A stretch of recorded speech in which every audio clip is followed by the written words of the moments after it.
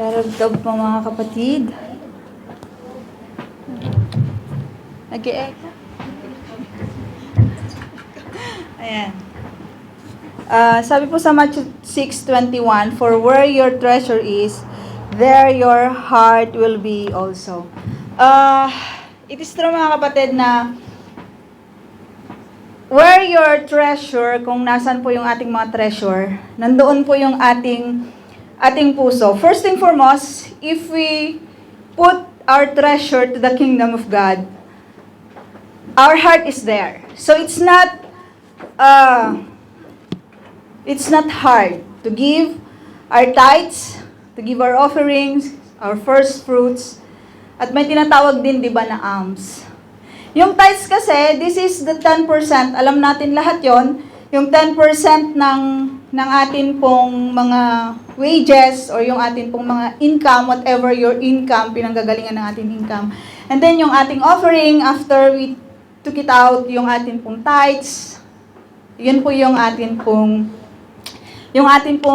offering. At saka yung first fruit.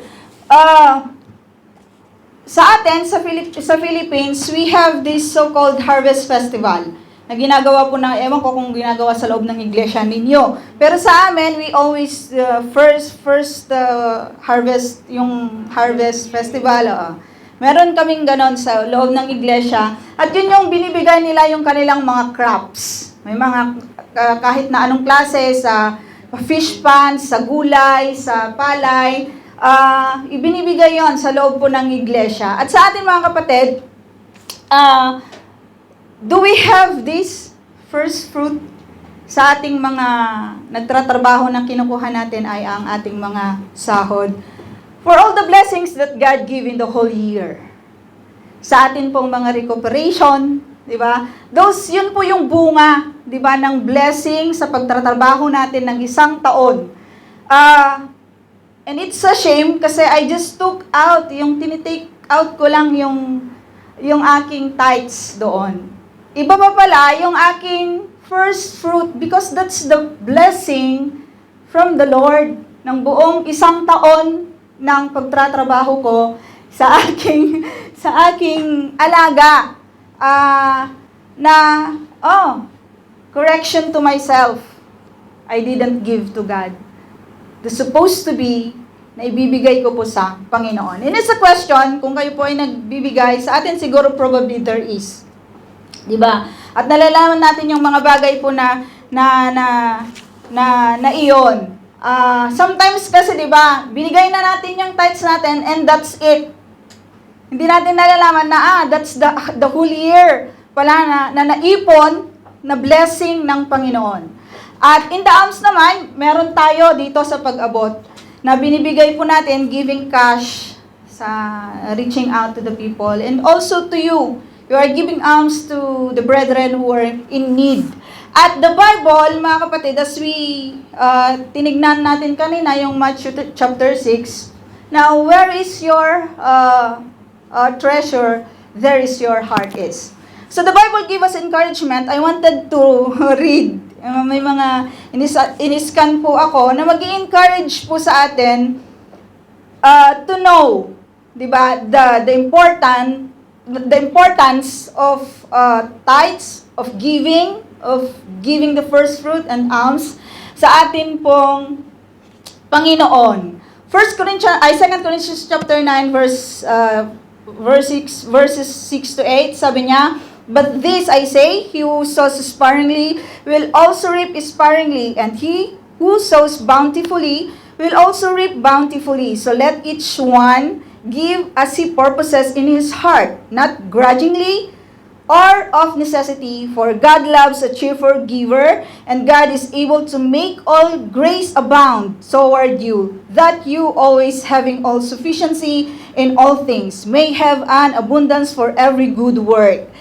Proverbs 11:25 says, "The generous soul will be made rich, and he who waters will also be watered himself." Proverbs 18:16, sabi dito, "A man's gift makes room for him and brings him before great men." Matthew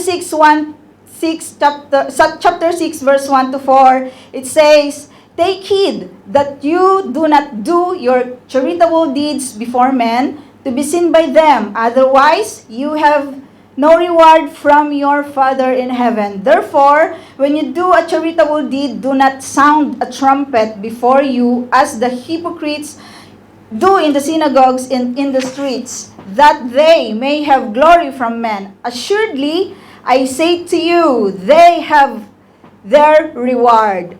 But when you do a charitable deed, do not let your left hand know what your right hand is doing, that your charitable deed may be in secret, and your Father who sees in secret will himself reward you openly. So the Bible is encouraging the church not to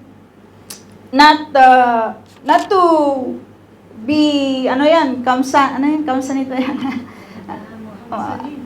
Kamsanim pag marami.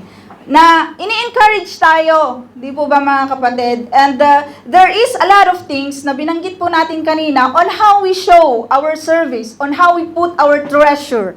Diba? Kasi in the previous verses nang binasa po natin, store, di ba? Mag-store ka ng treasures in the kingdom of God na hindi masisira, mararas and moth, and it cannot be stealed. Diba? Hindi yun mananakaw ng kahit na sino. But, if you don't love this God, and if we do not know the character of this God, it's hard for us to do this. We cannot be able to do this. Mahirap kang magbigay ng tithes, mahirap kang magbigay sa pag-abot, mahirap tayong magbigay ng alms natin, mahirap nating ibigay yung first fruit natin. Why? Because we don't put really the heart, di ba? Yung heart natin sa kingdom po ng Lord. We don't put really the treasure na sinasabi po ng scripture sa atin. At it is an encouragement, mga kapatid. Na-encourage ako while I'm reading the first fruit. Sisimulan ko ito kung bibigyan pa tayo ng pagkakataon ng Lord, di ba, na magtumagal sa trabaho ng isang taon, because I didn't do it, na supposed to be, I'm doing it it's not for my glory, it's not for your glory, it's not for the glory of the church, it's not for the glory of anyone. Sa atin, yung pagbibigay natin ng tithes, pagbibigay ng offering, first fruit and alms, it's not for the glory of anyone, mga kapatid. It's all the glory of this God na pinagsisilbihan po natin. At nawa, maipakita natin sa pamamagitan po ng ating tithes and offering and even the first fruit and alms, yung glory po ng Lord sa atin. So let us pray. Heavenly Father, we thank you so much for the encouragement, Panginoon, ng inyo pong mga salita sa pamamagitan po, Panginoon, ng pagbibigay. Alam po namin, Ama, na punong-puno ka ng pagpapala, O Diyos. Sa araw-araw ng amin pong buhay, hindi ka nagkulang, Panginoon, sa amin pong mga pangangailangan. Alam po namin, Ama, na minsan mahirap po namin ibigay ang dapat, Panginoon, na ibigay at gawin ng isang mananampalataya. Salamat, Panginoon, ng inyo pong mga salita ay tunay, Panginoon, na nagbibigay sa amin ng direction, Panginoon, on how to do your will, on how to put our heart, and to do, Panginoon, the things that you want us to do as a Christian, as a follower of Christ. We offer, Panginoon, the tithes and offering, and even the pag-abot sa gabing ito, Panginoon, na puspusin mo ito, pagpalain mo ito, Panginoon, at nawa ma-reach, Panginoon, ng mga bagay na ito, ang mga perang ito, Panginoon, ang mga pagpapalang ito, ang mga gawain mo, Panginoon, sa iglesia po na ito at sa labas ng iglesia, Panginoon. Maraming salamat sa lahat ng pagpapala mo. It's so beautiful, Panginoon, that we know, God, na ikaw po yung pinanggagalingan ng lahat ng ito. Lord, it's not the glory of the church, it's not the glory each and every one, but yours is the glory, Panginoon, sa mga bagay po na ginagawa namin. Maraming salamat. In Jesus' name we pray. Amen.